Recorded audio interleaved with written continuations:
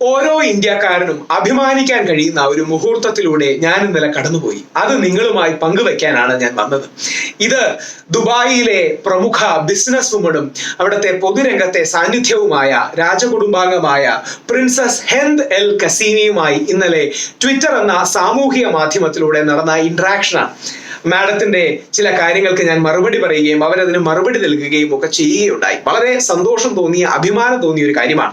Princess ഹെന്ദ് L കസീമി ഇന്ത്യയെക്കുറിച്ച്, ഇന്ത്യയുമായി അറബി നാടുകൾക്കുള്ള ആത്മബന്ധത്തെക്കുറിച്ച്, മഹാത്മാഗാന്ധി എത്രമാത്രമാണ് ലോകത്തിന് ആവശ്യമുള്ളത് എന്നതിനെ കുറിച്ച് ട്വീറ്റ് ചെയ്ത് അവർ മഹാത്മാഗാന്ധിയെ കോട്ട് ചെയ്ത് എഴുതി, അതെ, ഞാനൊരു മുസ്ലിമാണ്, ക്രിസ്ത്യാനിയാണ്, ഹിന്ദുവാണ്, ജൂതനാണ്, നമ്മൾ എല്ലാവരും അങ്ങനെയാണ്, മാനവരാശി ഒന്നിച്ചു കാണേണ്ട ആവശ്യകതയെ കുറിച്ചാണ് എഴുതിയത്.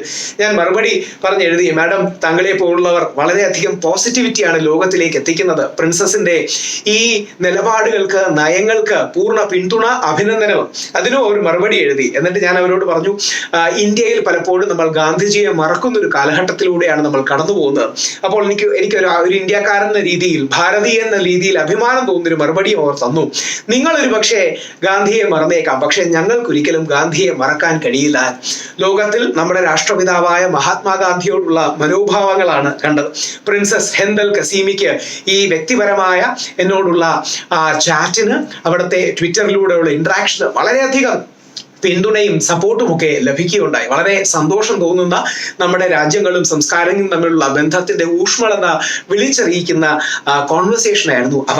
ഈ രീതിയിൽ ലോകം മുഴുവൻ ഇന്ത്യയെ കാണുന്നത് ഗാന്ധിയുടെ നാടായിട്ടാണ്. മഹാത്മാഗാന്ധി ജനിച്ച ആധുനിക കാലത്തെ സമാധാനത്തിന്റെ പതാകവാഹനായ, ശാന്തിയുടെ പ്രവാചകനായ മോഹൻദാസ് കരംചന്ദ് ഗാന്ധി ജനിച്ച നാടായിട്ടാണ്.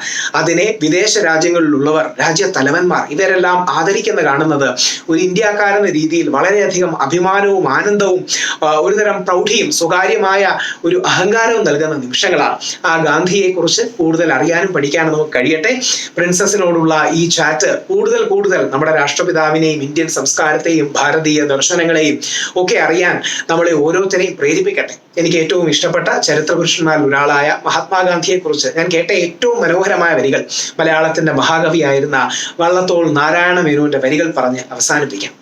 ക്രിസ്തുദേവന്റെ പരിത്യാഗശീലവും സാക്ഷാൽ കൃഷ്ണനാം ഭഗവാന്റെ ധർമ്മരക്ഷോപായവും ബുദ്ധന്റെ അഹിംസയും ശങ്കരാചാര്യരുടെ ബുദ്ധിശക്തിയും ഗ്രന്ഥി ദേവന്റെ ദയാവായ്പും ശ്രീഹരിചന്ദ്രനുള്ള സത്യവും മുഹമ്മദിൻ സ്ഥൈര്യവും ഒരാളിൽ ചേർന്നൊത്തു കാണണമെങ്കിൽ ചെല്ലുവിൻ ഭവാൻമാരൻ ഗുരുവിൻ നികടത്തിൽ, അല്ലാഹിൽ അവിടത്തെ ചരിത്രം വായിക്കുവിൻ.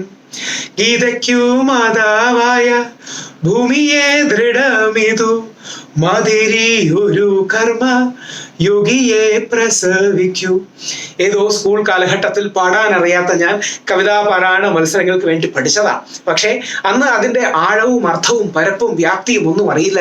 ഇന്ന് ലോകത്തിൽ ഒരുപാട് രാജ്യങ്ങളിൽ പോകുമ്പോൾ ആ രാജ്യം നമ്മളെ ആദരിക്കുന്നത് ഈ കുറിയ മനുഷ്യൻ കാരണമാണെന്ന് മനസ്സിലാകുമ്പോൾ, ഹിമാലയത്തോളം വളർന്ന ലോകത്തിലെ എല്ലാ ജനങ്ങളുടെയും ആരാധനാപാത്രമായ ആ മനുഷ്യനെ കൂടുതൽ അറിയാനും, ശാന്തിയുടെ, സമാധാനത്തിന്റെ, ഹിന്ദു മുസ്ലിം ഐക്യത്തിന്റെ, ഹിന്ദു മുസ്ലിം ക്രിസ്ത്യൻ സാഹോദര്യത്തിന്റെ, ബഹുസ്വരതയുടെ, മതസൗഹാർദ്ദത്തിന്റെ, ഒരുമയുടെ, ഭാരതീയതയുടെ, വിശ്വമാനവികതയുടെ പാതയിൽ പോകാൻ നമുക്ക് ഏവർക്കും ആകട്ടെ. നമസ്കാരം.